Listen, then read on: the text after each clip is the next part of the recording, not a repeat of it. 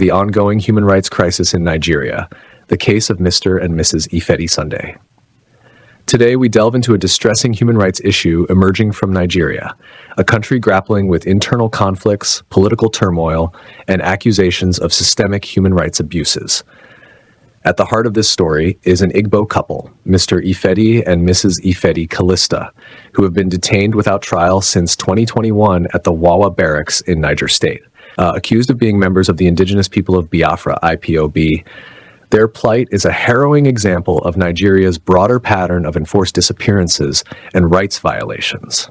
The Indigenous People of Biafra, or IPOB, is a separatist group advocating for the restoration of the Republic of Biafra, which existed briefly during the Nigerian Civil War from 1967 to 1970. For many in the southeast region, IPOB symbolizes a fight against perceived marginalization and oppression by the central government. However, the Nigerian government has labeled IPOB a terrorist organization, leading to widespread crackdowns on its members and alleged sympathizers. Since 2021, Mr. and Mrs. Ifedi have been held at Wawa Barracks without formal charges or a trial, essentially denied their right to due process. Human rights activist and former presidential candidate Omoyele Sowore has brought attention to their plight, describing their detention as emblematic of Nigeria's insatiable need for national unity at the expense of basic human freedoms. Sowore's revelations are a chilling reminder of a troubling trend in Nigeria: the use of security forces to silence dissent, particularly in the southeast region. The detention of the Ifedi couple is not an isolated case.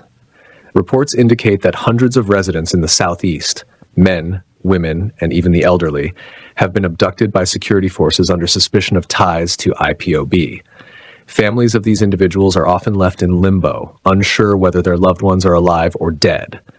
Security operations in the region have been marked by allegations of excessive force and human rights abuses. Amnesty International has documented cases involving mass arrests, entire communities being swept up by military raids, torture, detainees subjected to brutal methods to extract confessions, extortion, families coerced into paying bribes for information or the release of loved ones, extrajudicial executions, killings carried out without any judicial process. This systematic targeting of southeast communities has created a climate of fear and anger, further fueling tensions in a region already fraught with violence. The southeast has become a hotbed of unrest, with unknown gunmen attacking security checkpoints and military formations in retaliation for the government's heavy-handed tactics.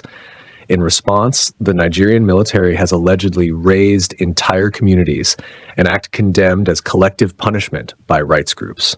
While these actions are framed as a crackdown on IPOB, critics argue they undermine the very concept of justice and exacerbate the underlying grievances that fuel separatist sentiments.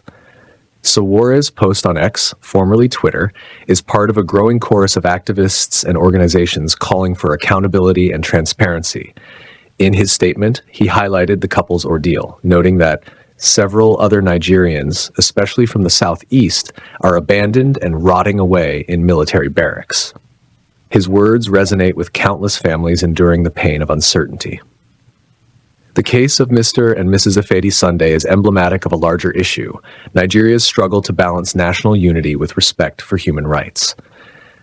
As the government intensifies its actions against IPOB and its perceived supporters, the line between security enforcement and human rights abuse grows increasingly blurred. International organizations, local activists, and civil society must amplify their efforts to demand transparency, legal accountability, and an end to arbitrary detentions. For Mr. and Mrs. Ifedi and hundreds like them, the fight for justice is far from over. If this story resonates with you, share it to raise awareness about the ongoing human rights challenges in Nigeria. Every voice counts in the fight against injustice.